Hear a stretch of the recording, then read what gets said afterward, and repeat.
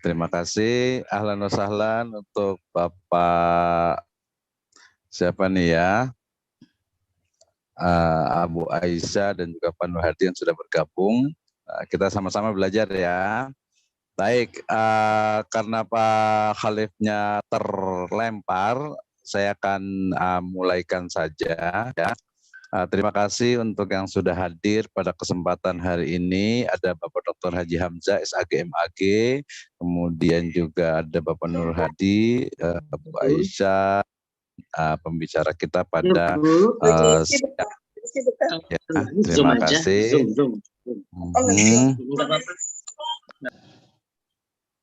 Baik, saya akan mulaikan saja untuk acara hari ini. Bismillahirrahmanirrahim. Assalamualaikum warahmatullahi wabarakatuh. Waalaikumsalam warahmatullahi wabarakatuh. Alhamdulillahirabbil alamin. Wassalatu wassalamu ala asrofil anbiya'i wal mursalin habibana wa nabiyyana Muhammadin sallallahu alaihi wasallam wa ala alihi wa ashabihi wa man tabi'ahum bi ihsanin ila yaumiddin wa ba'd. Qala Allah Ta'ala fi kitabihil karim, a'udzubillahi minasyaitonirrajim, bismillahirrahmanirrahim, ya ayyuhalladzina amanu kutiba alaikumussyam kama kutiba alal ladzina min qablikum la'allakum tattaqun. Wa qala Rasulullah sallallahu alaihi wasallam, buniyal islamu ala khamsin, syahadati alla ilaha illallah wa anna muhammadar rasulullah wa iqamus shalah wa atuz zakah wa tasumu ramadan wa tahujjal baita man istata'a ilaihi sabila. Amma ba'd, fa inna asdaqal hadits kitabullah wa khairal huda hudan nabiyyu sallallahu alaihi wasallam. Alhamdulillah, syukur kepada Allah Subhanahu wa taala yang telah memberikan kepada kita kenikmatan iman, Islam dan juga ihsan.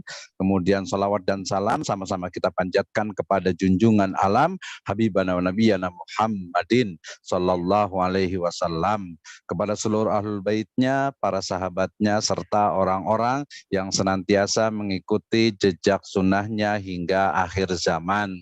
Terima kasih, jazakumullah khairan ala hudurikum fi hadhihi qissah at-thayyibah. Terima kasih atas kehadirannya kepada pemateri kita pada kesempatan hari ini dan juga pemirsa di YouTube, di Syariah Community, di Syariah Channel.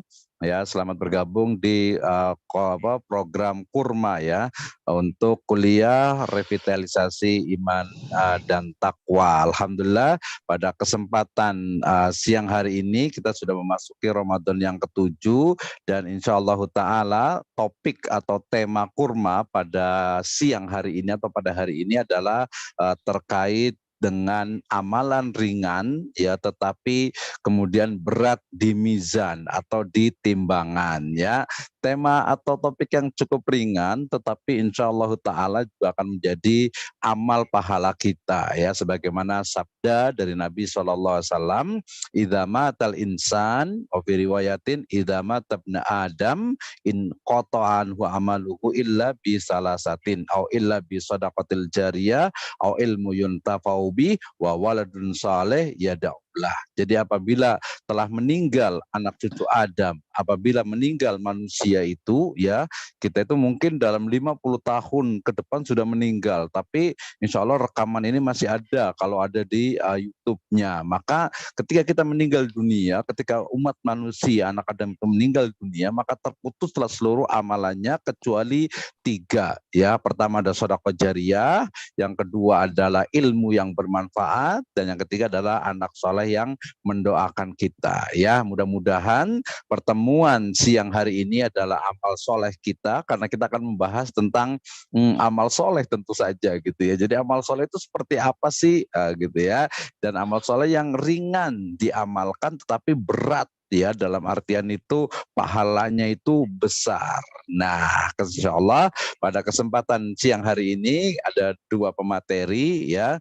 Pertama mungkin saya akan sebagai pemantik atau sebagai pengantar terkait dengan amalan ringan berat di mizan atau berat di timbangan di akhirat sana. Dan yang kedua nanti ada Bapak Ahmad Berhimin yang akan membahas tentang lebih spesifik, yaitu 8 amalan ringan yang pahalanya itu berat, yang pahalanya itu besar di sisi Allah Subhanahu wa Ta'ala. Baik, Ibu dan Bapak sekalian, pemirsa Syariah Channel dan juga peserta di Zoom, kita akan mulai saja. Saya akan memulai dengan pembahasan saya terkait dengan amalan ringan berat di mizan. Saya izin untuk share screen ya. Baik, mudah-mudahan sudah terlihat dengan jelas. Karena saya merangkap sebagai moderator, jadi saya juga sebagai pemantik, sebagai pemateri awal ya. Baik, terima kasih. Bismillahirrahmanirrahim. Assalamualaikum warahmatullahi wabarakatuh. Waalaikumsalam warahmatullahi wabarakatuh. Alhamdulillahirabbil alamin, wassalatu wassalamu ala asrofil anbiya'i wal mursalin, habibana wa nabiyana Muhammadin sallallahu alaihi wasallam wa ala alihi wa ashabihi wa man tabi'ahum bi ihsanin ila yaumiddin wa ba'd. Qala Allah Ta'ala fi kitabihil karim, a'udzu billahi minasyaitonir rajim, bismillahirrahmanirrahim. Wal 'asr innal insana lafi khusr illal ladzina amanu wa amilus solihat wa tawasaw bil haqqi wa tawasaw bis sabr. Wa qala Allahu azza wa jalla fi kitabihi, faman kana yarjullaha aw faman kana yarju liqa'a rabbih falyamal amalan salihan wala yusyrik bi ibadati rabbih ahada. Wa fi ayatil ukhra, waman saqulat mawazinu fa ulaika humul muflihun. Wa qala Rasulullah sallallahu alaihi wasallam, rawahu Abu Ya'la wa Tabrani wal Baihaqi, innallaha azza wa jalla yuhibbu idza amila ahadukum amalan ayyutqinahu. Wa qala, yani Rasulullah sallallahu alaihi wasallam fi riwayatil ukhra, kalimatan khafifatan 'alal lisan sakilatan fil mizan habibatan ila rahman subhanallah wa bihamdi subhanallahil azim. Amma ba'd, fa inna asdaqal hadits kitabullah wa khairal huda hudan nabiyyu sallallahu alaihi wasallam. Alhamdulillah, syukur kepada Allah Subhanahu wa Ta'ala yang telah memberikan kepada kita kenikmatan iman, Islam, dan juga ihsan. Kemudian salawat dan salam sama-sama kita panjatkan kepada junjungan alam Habibana wa Nabiyana Muhammadin sallallahu alaihi wasallam, kepada seluruh ahlul baitnya, para sahabatnya, serta orang-orang yang senantiasa mengikuti jejak sunnahnya hingga akhir zaman. Pertama, saya ucapkan terima kasih kepada Syariah Community, khususnya founder dari Syariah Community yaitu Ustadz Khalifur Rahman, jazakallahu khairan. Kemudian juga kepada peserta yang hadir, baik yang ada di Zoom meeting ataupun yang ada di Syariah Channel di YouTube. Ya, alhamdulillah, syukur Allah Subhanahu wa Ta'ala, ya kita masih diberikan ya anugerah sehingga kita dapat memasuki hari yang ketujuh ya di bulan Ramadan 1444 Hijriah. Dan topik pada siang hari ini ya sangat ringan, sangat khafif gitu ya, tetapi kemudian insya Allah Ta'ala akan menjadi berat ya di timbangan mizan ya di akhirat sana. Sehingga sebagai pengantar diskusi pada siang hari ini, saya ingin berbicara tentang amalan ringan ya tetapi kemudian berat di mizan. Daripada saya, Abdurrahman Misna bin Muhammad Jahri. Saya awali dengan firman Allah Subhanahu wa Ta'ala ya dalam surat Al-Hasr ayat ke-1 dan juga ke-3. Saya yakin semuanya sudah hafal ayat ini ya. Saya kasih bold di situ adalah illalladzina amanu wa amilus solihat ya, yaitu kecuali orang-orang yang beriman Ternyata bukan hanya iman, ya di situ ada yang saya bold di situ adalah wa amilus sholihat, dan mereka itu mengamalkan atau beramal ya dengan amal-amal yang sifatnya itu apa? Saleh. Nah, berarti keywordnya kita menemukan amal saleh. Dan ternyata terkait dengan amal soleh ini diulang kembali ya dalam banyak sekali ayat. Ya, saya ambil salah satunya adalah di surat Al-Kahfi ya ayat ke-110 ya, ayat yang terakhir ya. Dikatakan famangkana yarju liqa rabbi ya, siapa saja yang ingin menghendaki untuk dekat atau untuk berjumpa dengan Allah Subhanahu wa taala, fal ya'mal, maka hendaklah dia itu beramal amalan solihan, amal yang soleh. Nah, tentu saja menjadi hal yang menarik ketika kita berbicara tentang amal soleh. Kenapa? Karena amal soleh ini akan faman sakulat mawazinu faulaika humul muflihun. Ya, dengan amal soleh ini menjadi wasilah, menjadi sarana media untuk sampai kepada al-muflihun, ya, orang-orang yang sukses tentu saja. Nah, kemudian terkait dengan ayat ini saya juga bawakan sabda dari Nabi SAW terkait dengan bagaimana sebenarnya sebuah amal itu harus apa? Itkon gitu ya. Saya menyebutnya dengan amanah dan profesional. Maknanya apa? Ya, merujuk kepada riwayat dari Abu Ya'la Tabrani dan Baihaqi ya.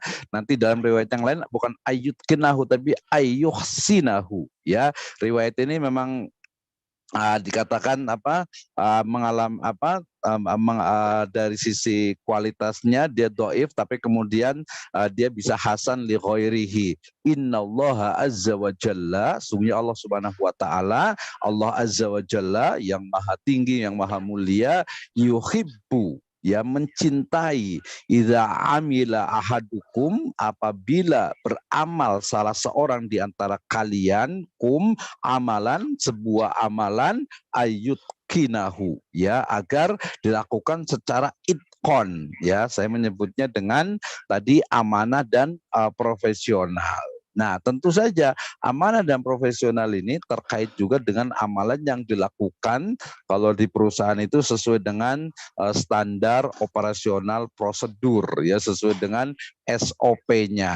Nah, hadis berikutnya riwayat Bukhari dan Muslim ini Lain berbicara dicas. tentang satu atau dua amalan, ya, kalimatan ya khafifatani alal lisan, ya, dua kalimat yang ringan di lisan, ya, sebuah amalan, ya, amalannya itu adalah mengucapkan subhanallah wa bihamdi subhanallahil azim, ya, ini sebagai awal. Nah, ketika bicara tadi tentang amal soleh, saya ambil dari Ibnu Faris dalam Mu'jamul Maqayisul Lughah, ya, dikatakan bahwa ada kata-kata ain, mim dengan lam, ya, amila atau amala, ya, bisa menggunakan amila ya'malu, amala ya'milu, amila ya'milu gitu ya. Artinya adalah ya'mal, beramal gitu ya. Ain, mim dan lam, ya, akar kata ain, mim dengan lam ini adalah menunjukkan pada satu makna, yaitu semua pekerjaan yang dilakukan.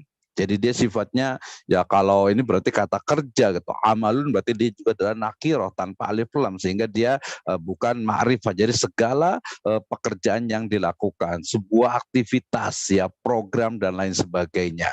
Nah, kemudian yang kedua atau masih terkait dengan amila juga atau dengan amala itu, yaitu Raghib Al-Asfahani dalam Mufradati Gharibil Quran, beliau mengatakan bahwa amalan itu adalah semua pekerjaan yang berasal dari makhluk hidup dan dilakukan dengan sengaja. Di sana ada unsur kesengajaan, berarti ada unsur intention, ya, ada niat. Kenapa?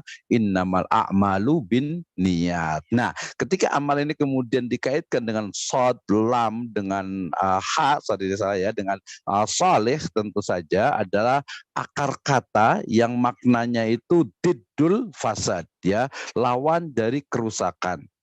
Ya, jadi soleh itu sesuatu yang memang membawa kepada kebaikan, kebajikan, ya, lawan dari kerusakan gitu ya. Sehingga amal soleh itu berarti adalah perbuatan baik yang dapat membuat kebaikan dan dilakukan dengan sengaja. baik itu sifatnya duniawiyah ataupun sifatnya ukhrawiyah gitu ya. Ini berarti amal soleh. Nah, berikutnya amal soleh dalam Islam, ya, amal kebajikan dalam Islam itu ya, itu bisa bersumber pertama dari iman dan Islam. Dengan istilah lain itu dari akidah. Nah, disinilah muncul perdebatan yang sangat panjang terkait dengan apakah amal itu terkait dengan iman. Wah, ini masuk ke dalam aliran Murji'ah, Qadariyah, Murji'ah, kemudian juga Khawarij juga gitu ya. Jadi amal dengan iman kaitannya. Tapi saya akan berbicara tentang bahwa amal itu salah satu pendorongnya adalah iman dan Islam. Tapi bukan hanya itu, ada juga ilmu pengetahuan. Karena saya berbicara tentang amal soleh, tidak hanya yang sifatnya ukhrawiyah, tetapi juga duniawiyah. Ya, walaupun dia sebenarnya include ya. Misalnya kita sedang berjalan, kemudian tiba-tiba kita melihat sampah dalam bentuk misalnya bungkus permen misalnya. Kemudian kita ambil bungkus permen itu, kemudian kita buang ke tempat sampah gitu ya. Nah, ini kan bisa saja seolah itu keduniaan, padahal itu adalah salah satu dari syu'bul iman atau salah satu dari far'ul iman ya, cabang syu'bul iman, cabang dari iman itu sendiri ya. Salah satu adalah imatatul adza anit thariq. Nah, sehingga amal ini ya bersumber dari iman dan Islam yaitu akidah, tapi juga bisa bersumber dari ilmu pengetahuan gitu ya, serta ada juga nih muncul dari kepentingan dunia ataupun hawa gitu ya, atau juga bisa juga dari unsur-unsur biologis manusia. Nah, ini adalah sebuah amal di dalam Islam.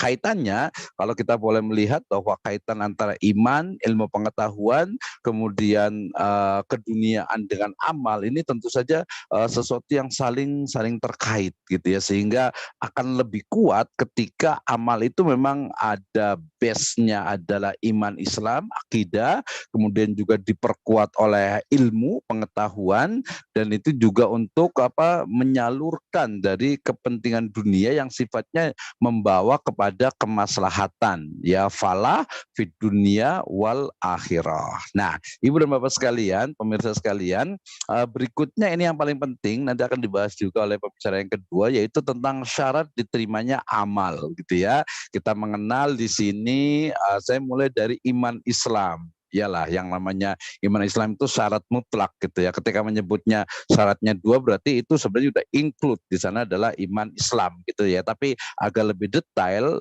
syarat diterimanya amal ini saya menyebutnya dengan apa? Pertama adalah iman Islam, jelas gitu kan ya.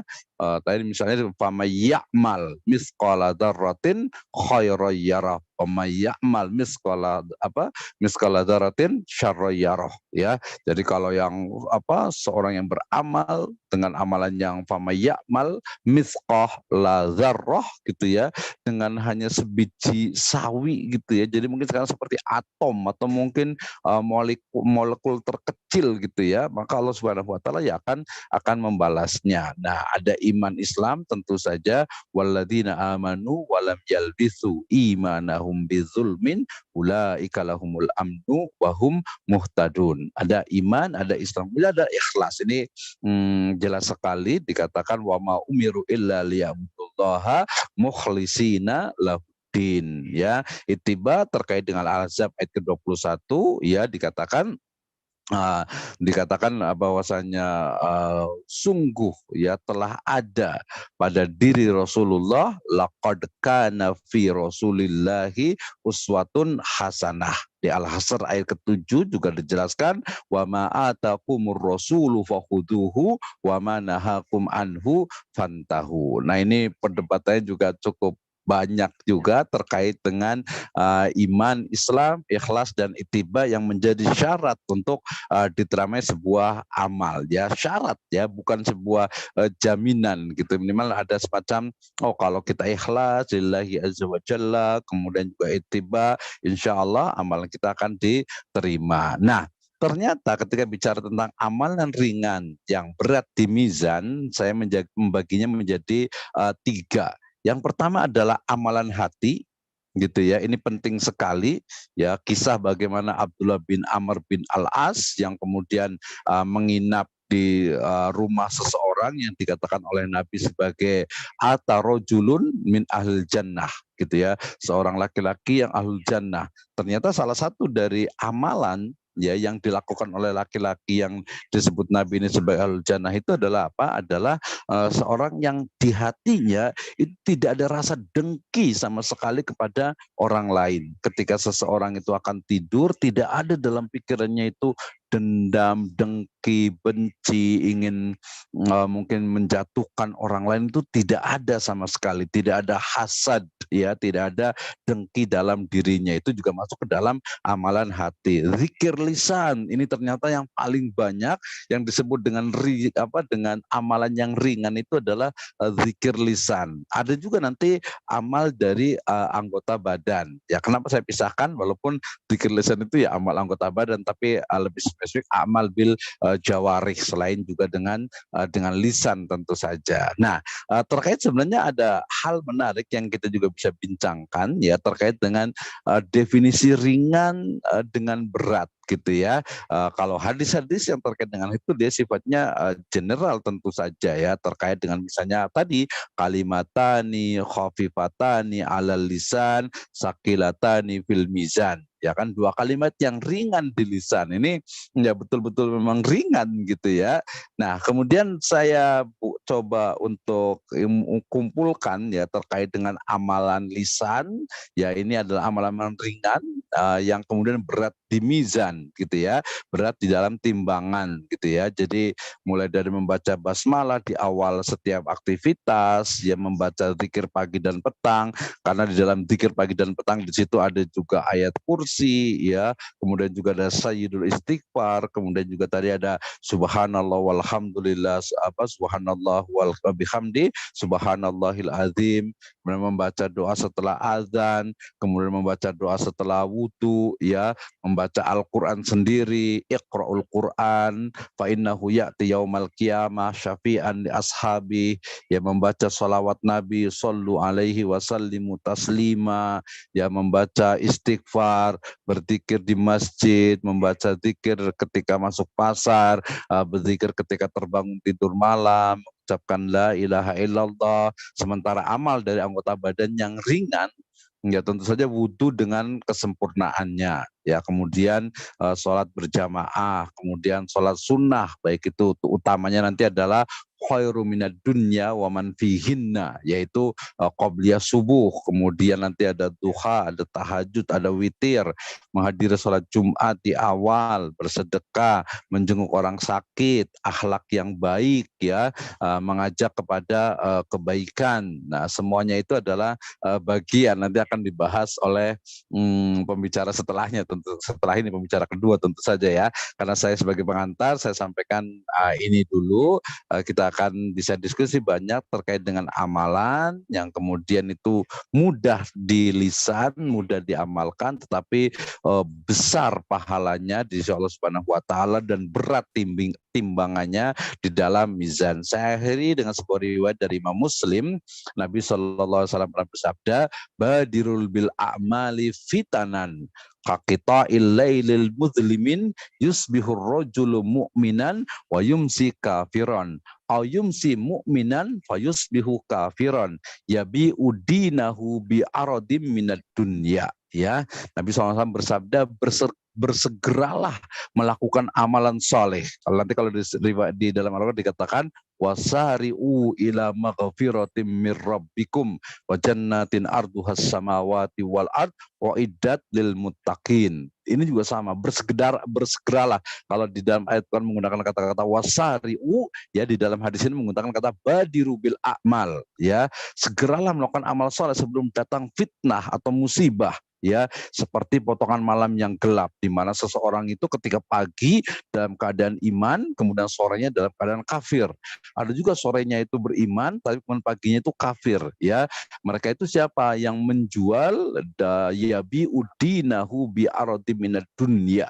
Mereka menjual agamanya karena sedikit dari keuntungan dunia. Nah ini sangat luar biasa sekali ya. Kalau saya pahami ya, satu pemahaman saya adalah ketika pagi-pagi dia beriman, dia sholat subuh ya pagi-pagi, tapi kemudian di siang itu dia melakukan hal-hal yang salah satunya tadi disebutkan di riwayatnya adalah menjual agamanya gitu ya. Menjual agama ini banyak sekali caranya gitu ya. Banyak sekali ya, termasuk juga hal-hal yang membawa kepada kekufuran ya. Di era media sosial ini sangat banyak sekali. Demikian juga sorenya mungkin dia sholat maghrib, kemudian sholat isya, tapi kemudian setelah sholat isya dia melakukan amalan-amalan yang mengeluarkannya dari din, dari agama tanpa dia ketahui, sehingga paginya dalam keadaan kufrun gitu ya. Nah ini tentu saya sebuah motivasi bagi kita untuk segera beramal kebajikan, khususnya di bulan yang penuh kemuliaan, yang penuh dengan